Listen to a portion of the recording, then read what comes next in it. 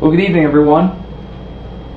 Last week we said we are going to zoom out and we are going to show the big picture before we zoom back in and looked at this smaller picture of the church's teaching on homosexuality. So let's begin with a recap. We began by talking about our common nature as both body and soul, spirit and matter, and how our bodies aren't just this transportation system that our consciousness floats in, that it speaks real truths about who we are as people. And then we moved on to talk about the biblical story of the fall. We were born in a state of original innocence, or that is to say, Adam and Eve were born in a state of original innocence, and then through an act of disobedience they fell from grace and passed on the guilt of original sin and its consequences to all of us, their children. We talked about the consequences of the fall, the weakening of the will, the darkening of the intellect, and the disordering of our passions. Specifically, we focused on the disordering of the passions because that's a weird type of language that we don't usually think about. What does disordering means? So we used a couple household objects, a coffee cup and a television, to discuss what it means for something to be ordered. The ordered use of something is the use that's built into its design, the good that it's meant for, that's built into it by its designer. We also talked about the disordered use, which is to say that it goes against the design, that it inhibits the good that it's meant for.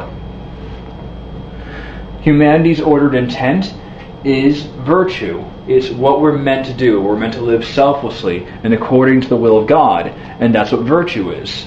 Unfortunately, our disordered desires leads to temptations for things like excessive money and fame and gossip and revenge and anger and lust and envy.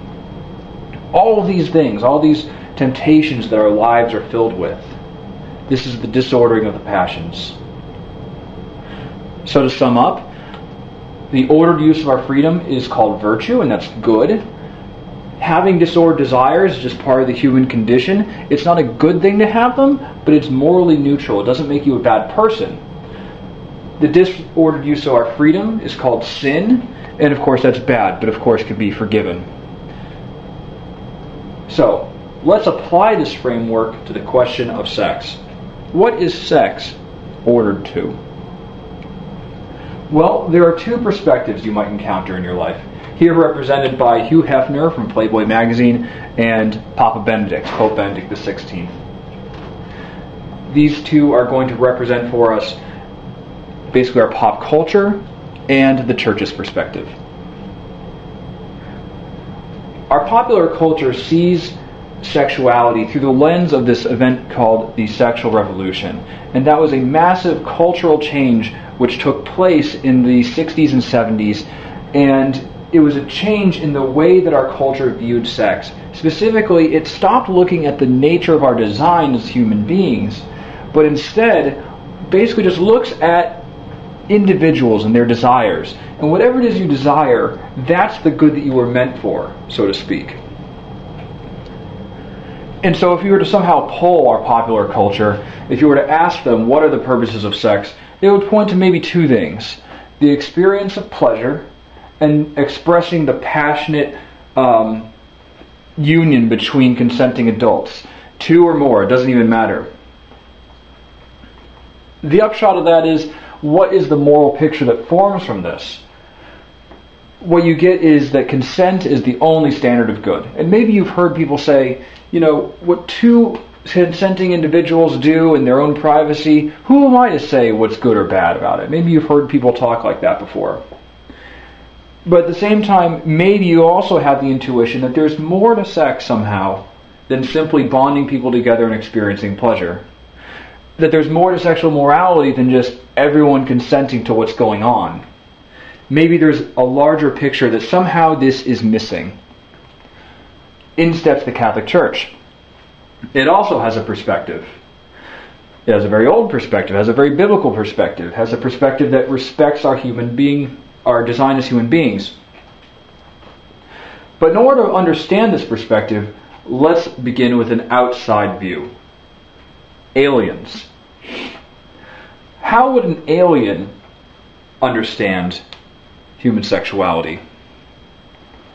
Imagine that I was abducted by aliens, and they've got me on the table, and they're poking at me trying to figure out what this human species is about, and they notice he has a circulatory system, he has a nervous system, he has a digestive system.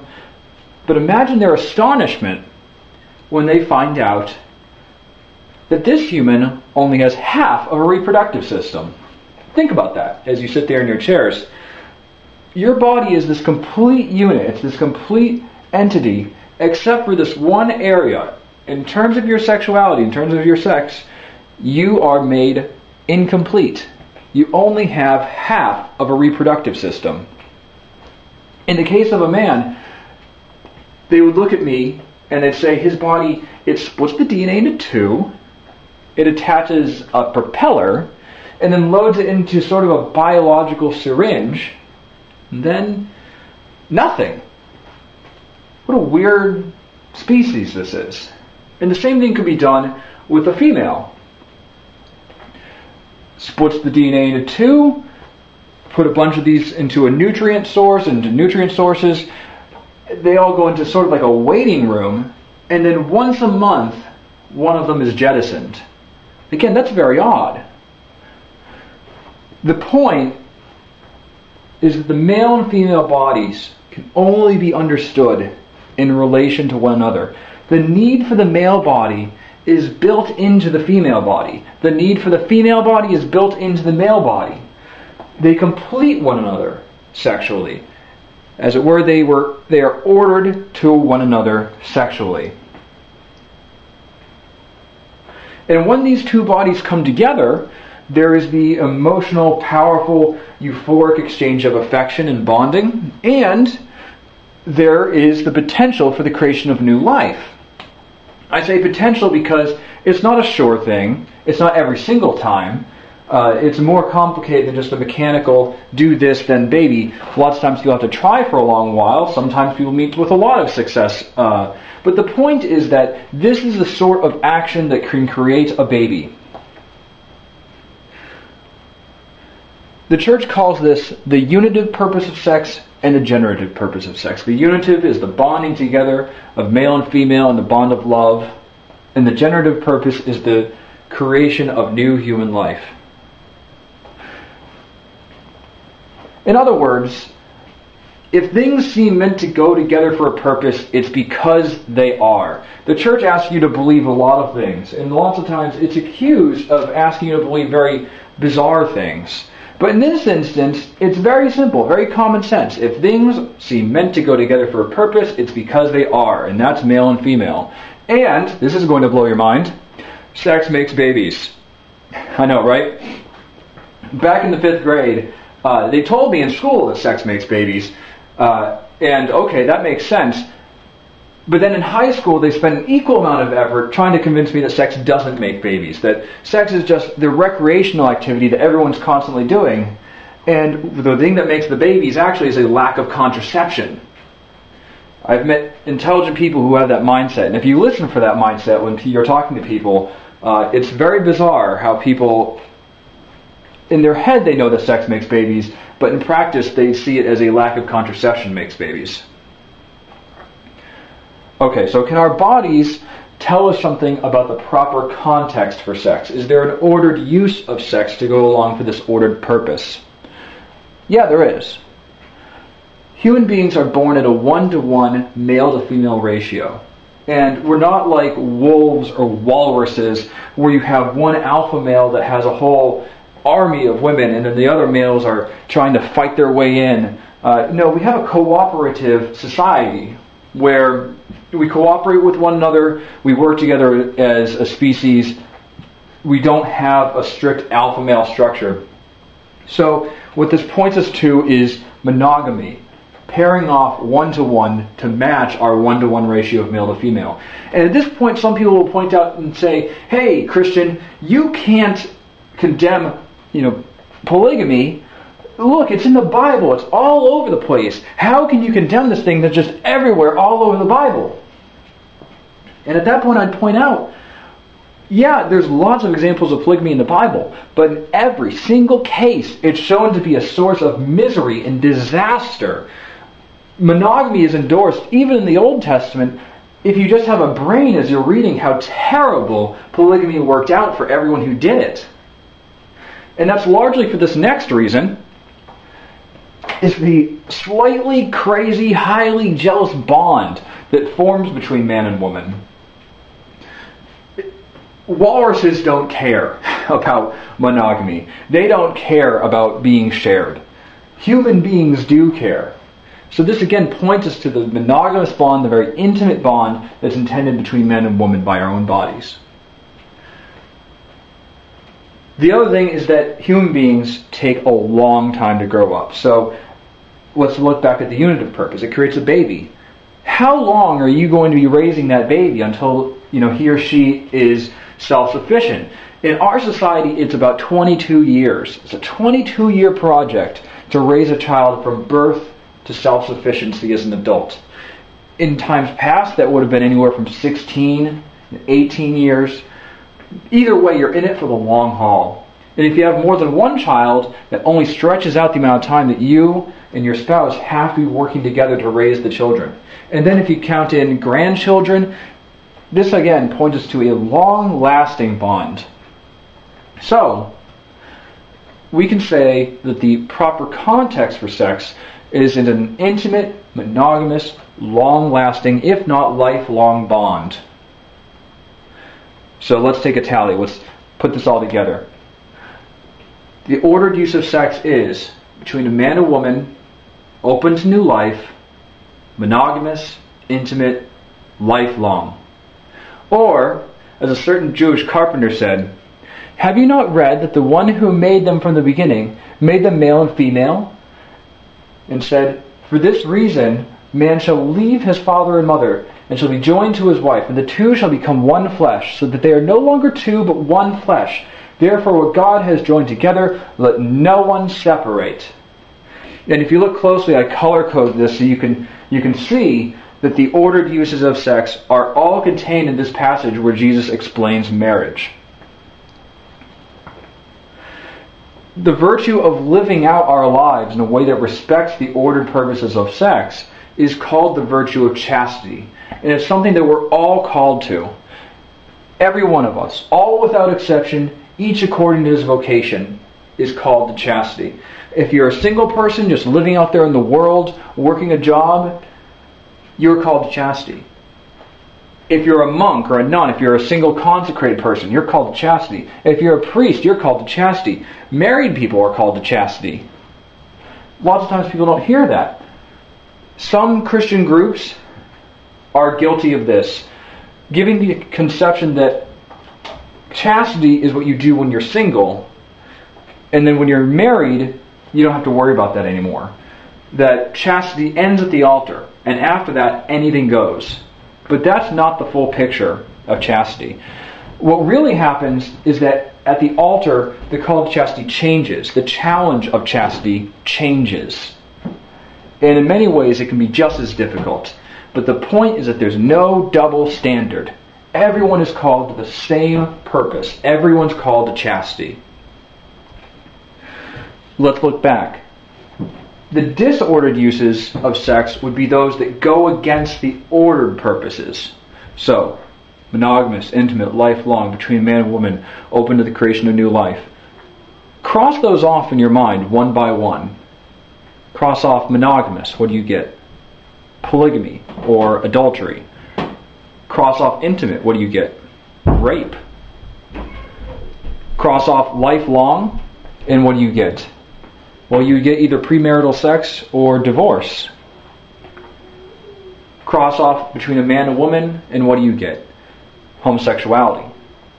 Cross off open to new life, contraception. These are all temptations that people can feel. And the disordered desires that we have as part of our fallen nature means that we want to use sex in a way which is disordered. And all of these would be called disordered desires. So at this point, people might be asking, why is this such a big deal? Well, our society gives us two contradictory messages about sex. On the one hand, it says, It is so important that life is meaningless without it. Unless you're having an active, fulfilled sex life, what is the purpose of life anyway? The other message is that it's not a big deal. Lighten up. Maybe you've heard both those messages. Think about those two. Think about putting those two on top of one another. A person who says one versus person who says the other. Put them in a room and have them decide, is sex a big deal or is it not? But the church gives us one message. Points out that sex is our participation in the godlike power of creating new, glorious, immortal beings. That's what a human being is. That's what a baby is. Cardinal Newman once said, "Everyone who has ever lived still lives." Because everyone goes somewhere after they die. Every human being who has ever lived is still alive. Because we're immortals. The person who cuts you off in traffic, that's an immortal being. The person who sits alone at their lunch table at lunchtime, immortal being. These are the people you interact with on a daily basis. Glorious immortal beings. And sex is our participation in creating those people. It's also the way that we model the fruitful inner life of the Trinity. And so sex has this dignity and this beauty that goes along with it. And so it's not a toy. And that's the message the church gives us. It's a consistent message. Alright. So all along we've been talking about what philosophy and natural law tells us about sex. But I also mentioned last time that Catholics have two sources of moral truth that work together. You have natural philosophy and you have revelation. So let's talk about the revelation side of this. Let's talk about what the Bible says about homosexual acts. The Old Testament condemns homosexual acts in startlingly blunt language. In Leviticus 18, they have a whole bunch of laws pertaining to the proper use of sex, and homosexual acts are among the things which are condemned, that you're not allowed to do. But there are two problems if you refer to the Old Testament, to Leviticus, when discussing with people about what the Bible says about homosexual acts. Two problems.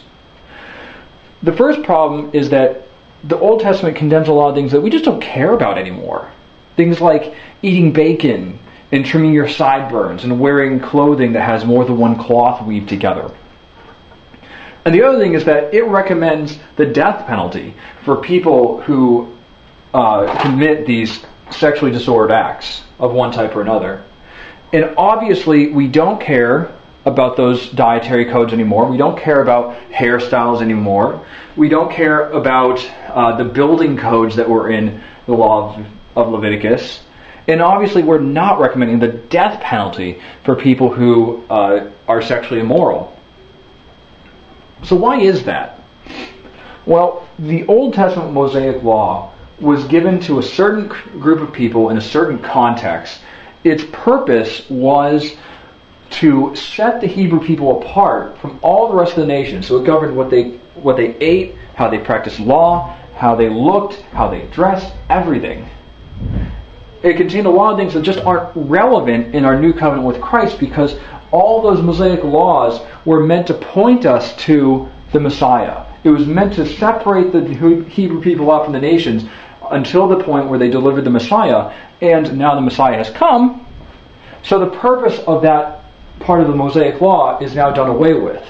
So what does that mean? Does that mean that everything in there is now called off? Well, no. The Mosaic Law is now binding on nobody, but that doesn't mean that all of morality is called off.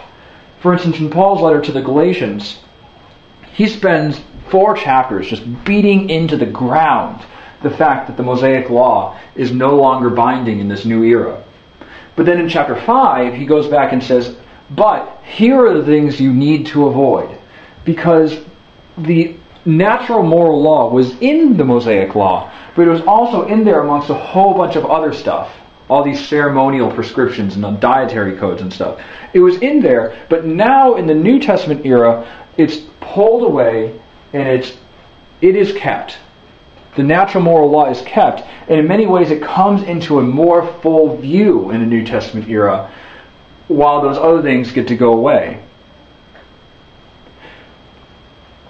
So one way to find out, okay, what is kept? What was part of the natural moral law from the beginning? One way to look at this question is to see what does the New Testament point to in terms of things we have to avoid. And in that case, homosexual acts are still condemned in the New Testament. In Romans chapter 1, and in 1 Corinthians chapter 6, and in 1 Timothy chapter 1. Paul, as I mentioned, lists out things that Christians still have to avoid. And in 1 Corinthians and in 1 Timothy, he includes homosexual acts among those things that Christians have to avoid.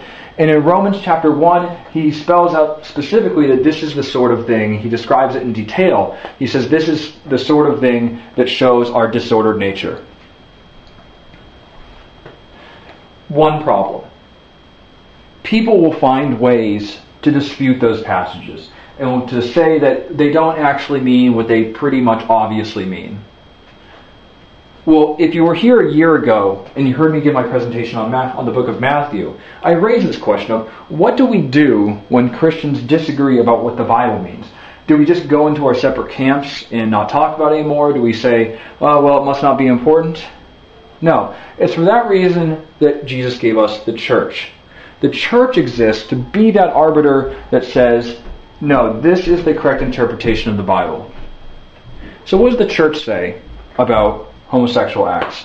How do these two, how does the Bible and the church speak together in telling us what is the true Christian teaching about homosexual acts?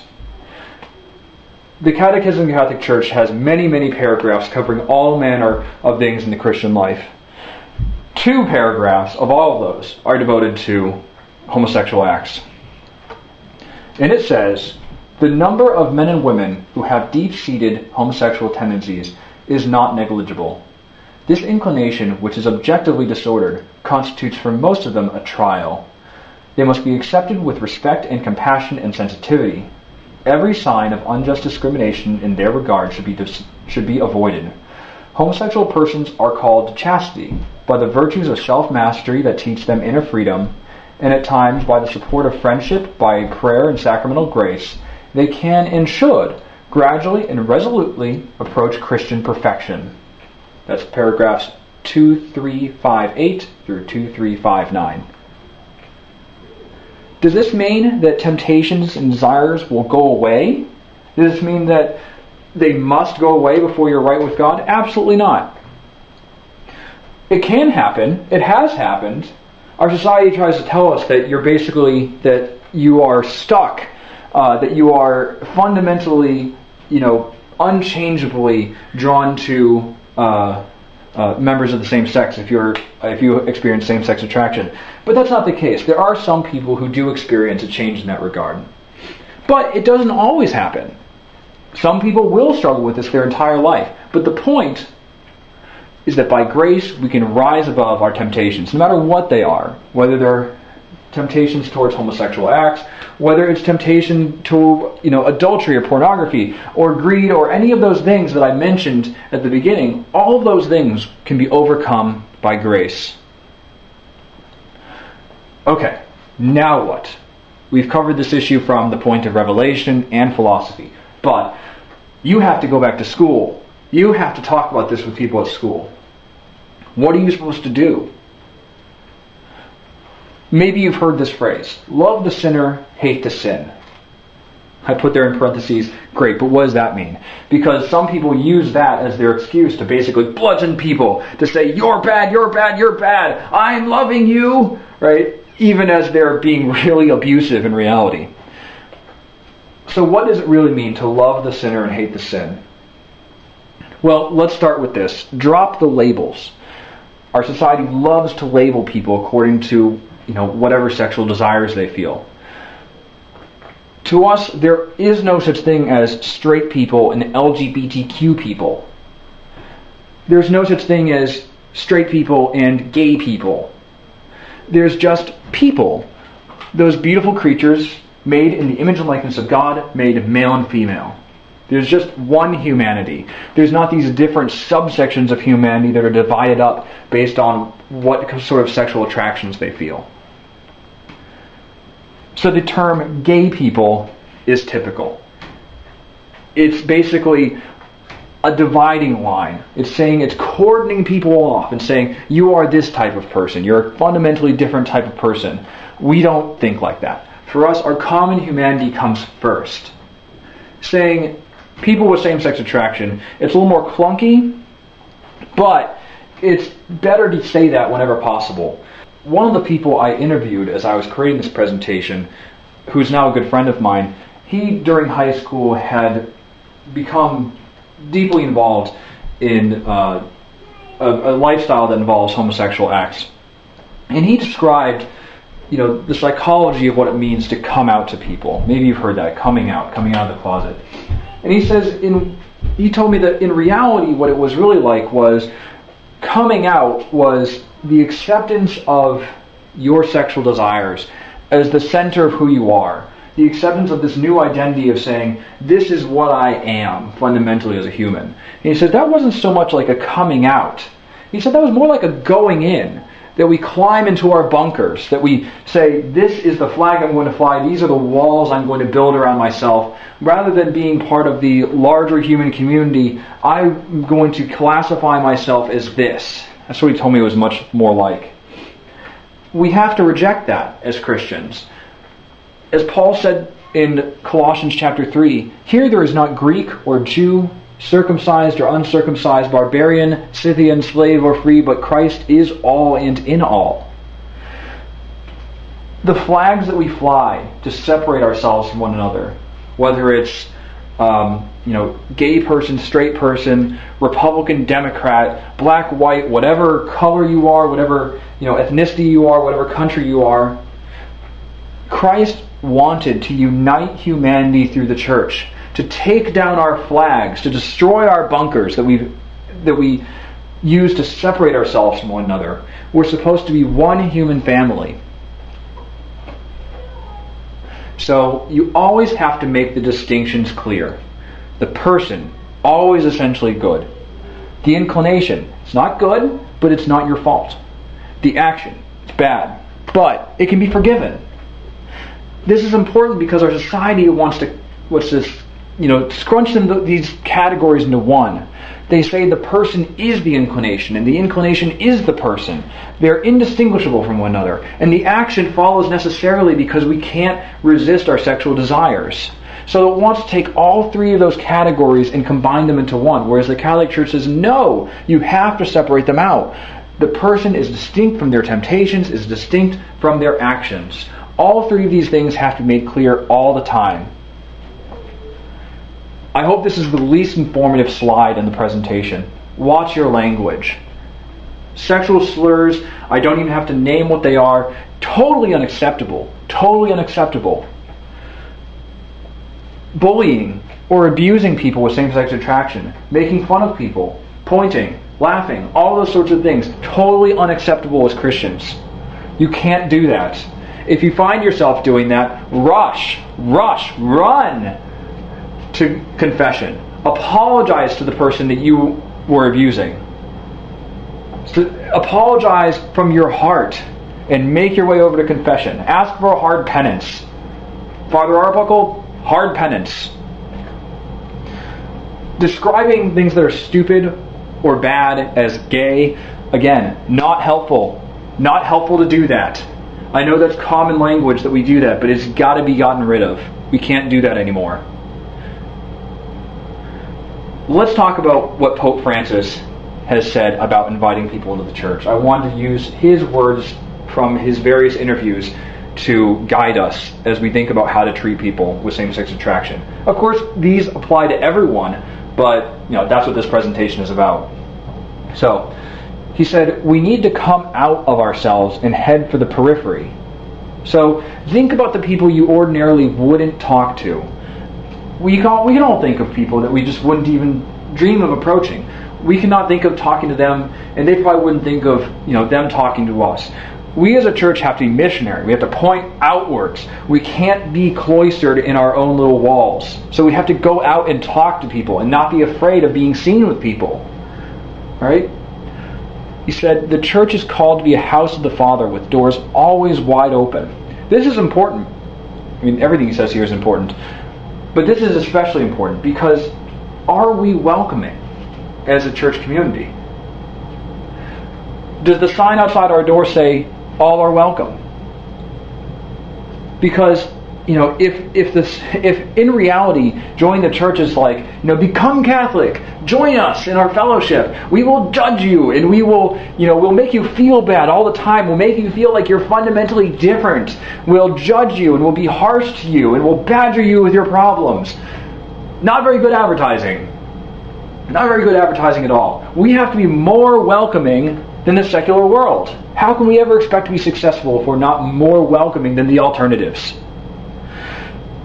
Pope Francis said, let us go forth then, and let us go forth to offer everyone the life of Christ. Remember that we're not just offering a set of doctrines. We're not just offering a bunch of intellectual propositions. Fundamentally, the thing that we offer to people is Jesus Christ. We're offering a person. We're offering people the opportunity to be disciples of Christ. Now, of course, what does it mean to be a disciple? That's where, doctrine and stuff comes in. But first and foremost, as Pope Francis says, the most important thing is the proclamation. Jesus Christ has saved you. That's our opening line. That's the thing that we offer to people. Isn't, here is a rigorous set of rules that you can use to be virtuous. No, up front is Jesus Christ has saved you. He meets us where we are. He meets all of us where we are.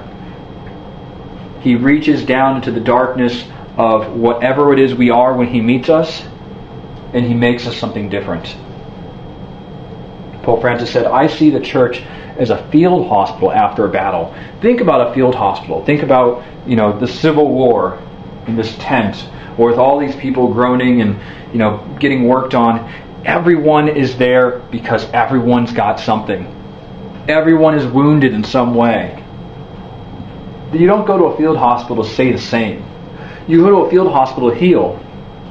But at the same time, you shouldn't be surprised when you walk in there and you see wounded people. The church, as they say, is not a museum for saints. It is a hospital for sinners.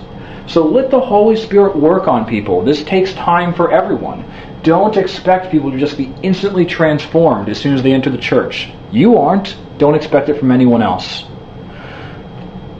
Pope Francis said, the teaching of the church is clear, and I am a son of the church. It can be tempting in our efforts to be compassionate to deny or hide the truth.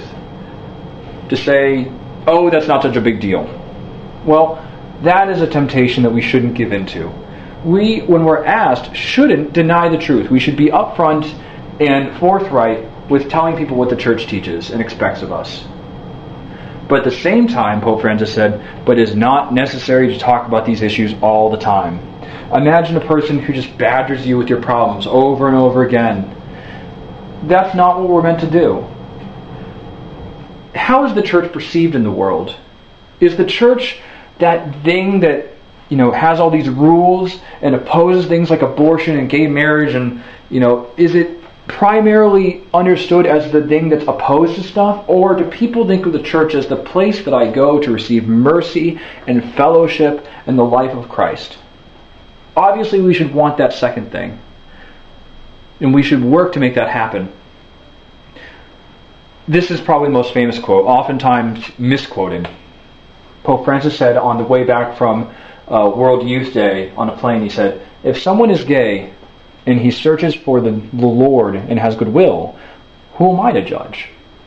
The Catechism of the Catholic Church explains this very well. It says one must not marginalize these people. They must be integrated into society. The problem is not the orientation. We must be like brothers and sisters. So we talked last time about what it means to not judge. Yeah, you can't see people's motivations. You can't see their past. You can't see what's on their heart. So you are the judge of nobody's soul. You can recognize bad actions when you see them. We do it all the time. Okay?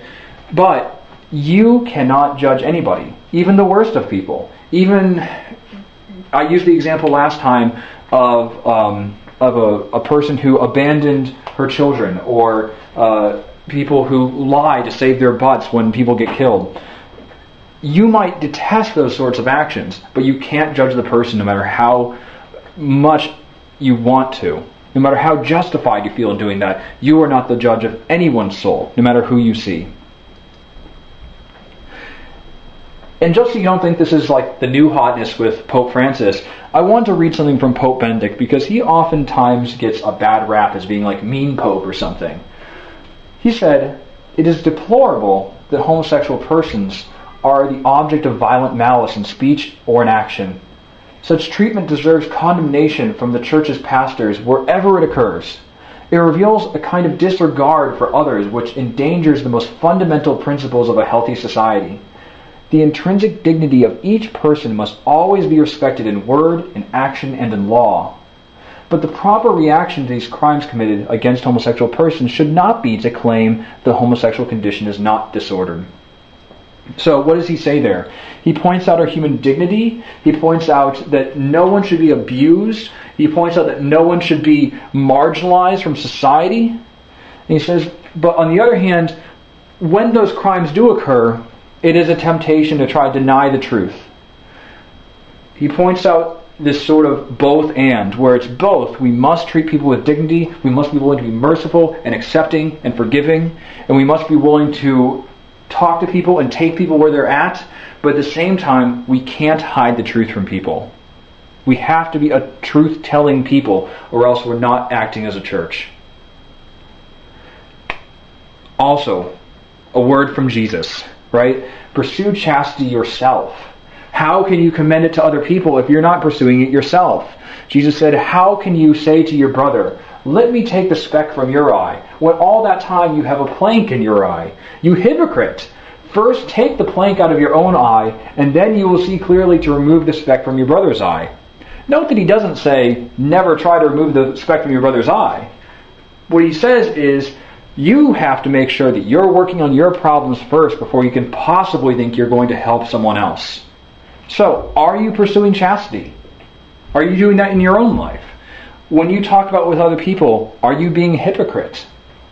A little examination of conscience there. A warning. Even if you do everything right, you're not going to receive smiles and applause. You will be called things. You will lose friends. Let me repeat that. You will be called things. You will lose friends. I have. Maybe some of you have. It's going to happen. Are you ready for that to happen? Jesus said, "If the world hates you, know that it hated me. Remember, a servant is not greater than his master." I think now, a student here, she graduated, and she was in a speech class in college, and there was about 13 other people in the room, and she was well loved for being this gentle person, for being a listening person, for being this person who was just very, very open to loving everyone. And so she was well liked by all the people in that class. But when it came out that she was a Catholic, and not only that, believed what the Catholic Church teaches, even about sexual morality, she found herself suddenly surrounded by a bunch of people who hated her. She was basically yelled out of the class by all these people telling her she was no longer welcome, that she was mean, that she was hateful, that she was bigoted, and all these terrible things that she knew she wasn't. But she found herself in a situation where she was surrounded and being yelled at. Jesus went up to the pillar for us. Are we willing to go up to the pillar? When this happens, how do we respond? Well, in Paul's letter to the Romans, he says, "Do not return evil for evil, but instead overcome evil with good." So don't let yourself get angry. Don't ever shout things back or call people names or abuse people or take revenge. Never do that. We can't do that as Christians. If you're in a situation where you're surrounded and you're being yelled at and stuff like that, sometimes silence is the best option. Think about Jesus when he was being beaten at his trial. How did he respond? Well, he was very short on words. Sometimes silence is the best response. Now, of course, people might be thinking to themselves, well, what about all you Christians who have abused people with same-sex attraction? What about all the bullying that's taken place? Think of the suicides. How much blood is on your hands, right? Well, that's a good point. Paul said in his letter to the Colossians, chapter 1, "Now I rejoice in my sufferings. In my flesh I am filling up what is lacking in the afflictions of Christ on behalf of the church." We're one body in Christ, and we have to admit that some members of this body of Christ have been awful and have been abusive towards people with same-sex attraction. And we should recognize that a lot of people's anger is justified. That people in their own minds might have very good reasons for being angry at you and for being defensive against you. When you find yourself in this sort of situation, remember those people who have been abused by Christians. Remember the people who have been harmed by the body of Christ, by people's sins, the sins against people who have same-sex attraction. Remember those people. Offer up whatever it is you're going through as a penance for what they did. Do penance on behalf of the Christians who have abused homosexual persons. It's unacceptable behavior. And we should remember that even though you don't deserve the sort of treatment that you might get from our secular culture, you might not deserve it. Sad to say, some Christians do deserve that sort of treatment.